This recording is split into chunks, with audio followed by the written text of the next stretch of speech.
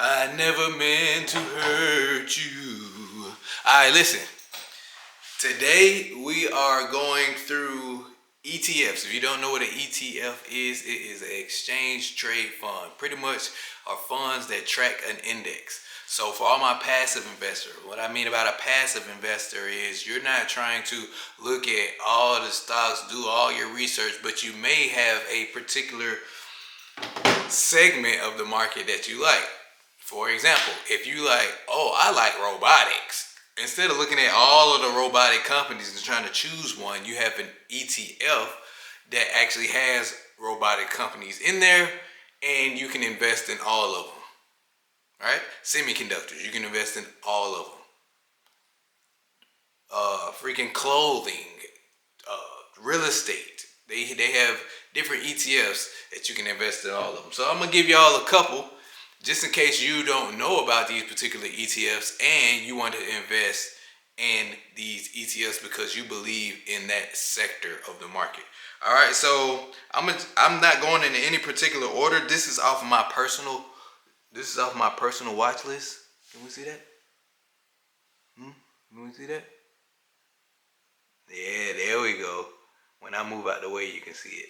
Okay, so the first one I'm going to go with is ICLN. That is the ticker symbol. It is Global Clean Energy.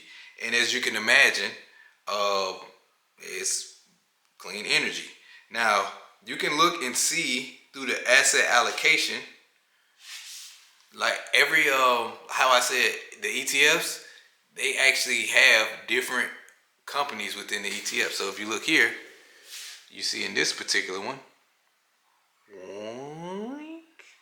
it has Bloom Energy, Next Power, First Solar, etc., etc.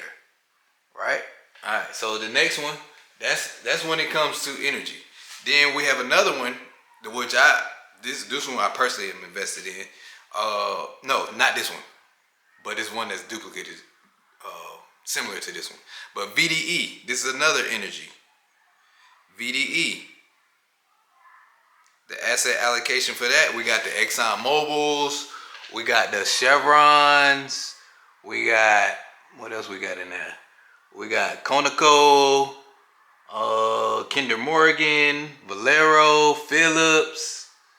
So yeah, that's VDE. XLE, that's another energy.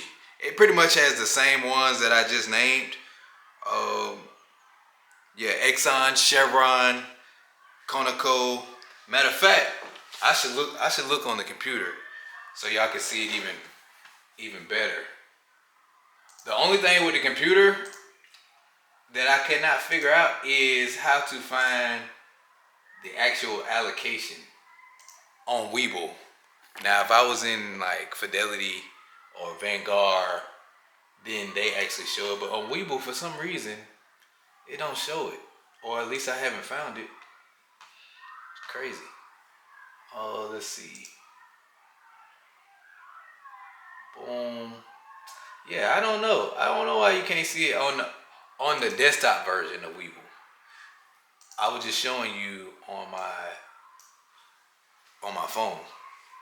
But anyway, we can continue on, and I think I'll turn this down so we can see it. So FENY. I'm actually invested in FENY, me and my children. Oops. And it's pretty much what we just mentioned as far as Exxon, Chevron, Conoco, Valero, Marathon, Phillips, Kinder Morgan. All right. Then we have ARKG. So ARKG. This is with genomics. This is when it comes to freaking like biology and stuff like that. I'm following it, but I'm not familiar with these companies at this point. But I want to see that sector and how it's growing when it comes to therapeutics. So we have CRISPR in there. We have what else we got? Yeah, we got CRISPR in there, Tempest, Twist Bioscience, 10 times genomics. Can't even pronounce that shit. You know, but like I said, I'm not invested in that ARC-G, and it look like it's taking a beating too. That chart look like it's taking a beating. But this is one of those. This is one of those. When it comes to genomics, that's one of those sectors. It's like a quantum computing, and nuclear. It's like the dates are set out a decade from now for it to actually take place. So if you want to be like 5-10 years ahead of the game, then that'll be one. UFO.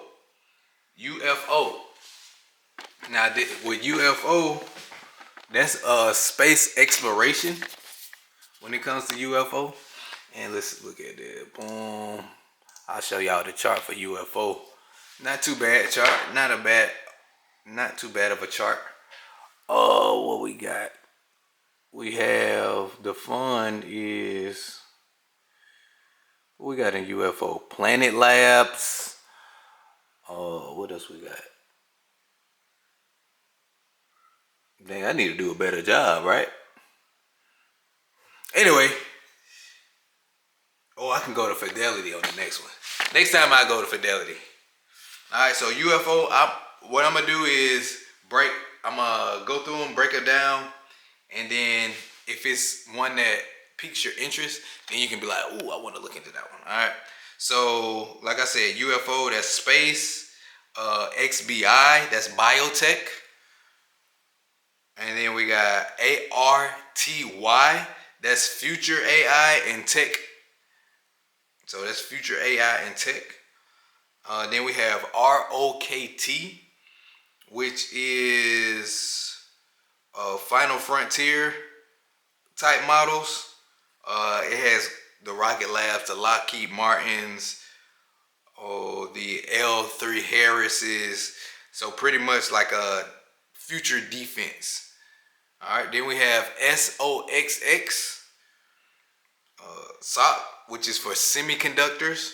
Some of the companies within that semiconductor one is Micron, when it comes to your space hard drives and things of that nature. NVIDIA, Applied Material, AMD, Broadcom. So that's SOXX, and that deals with the semiconductor sector. You have IBB, which deals with biotechnology. For more space exploration, you have ARKX, that's space and defense.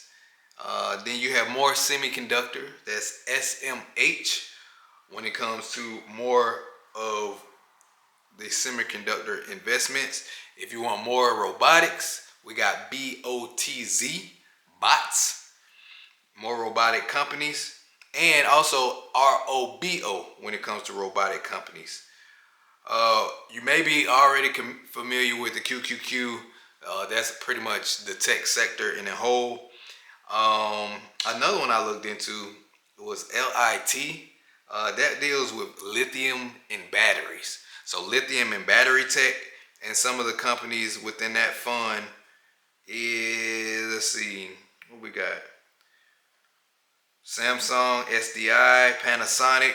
You know about them Panasonic batteries.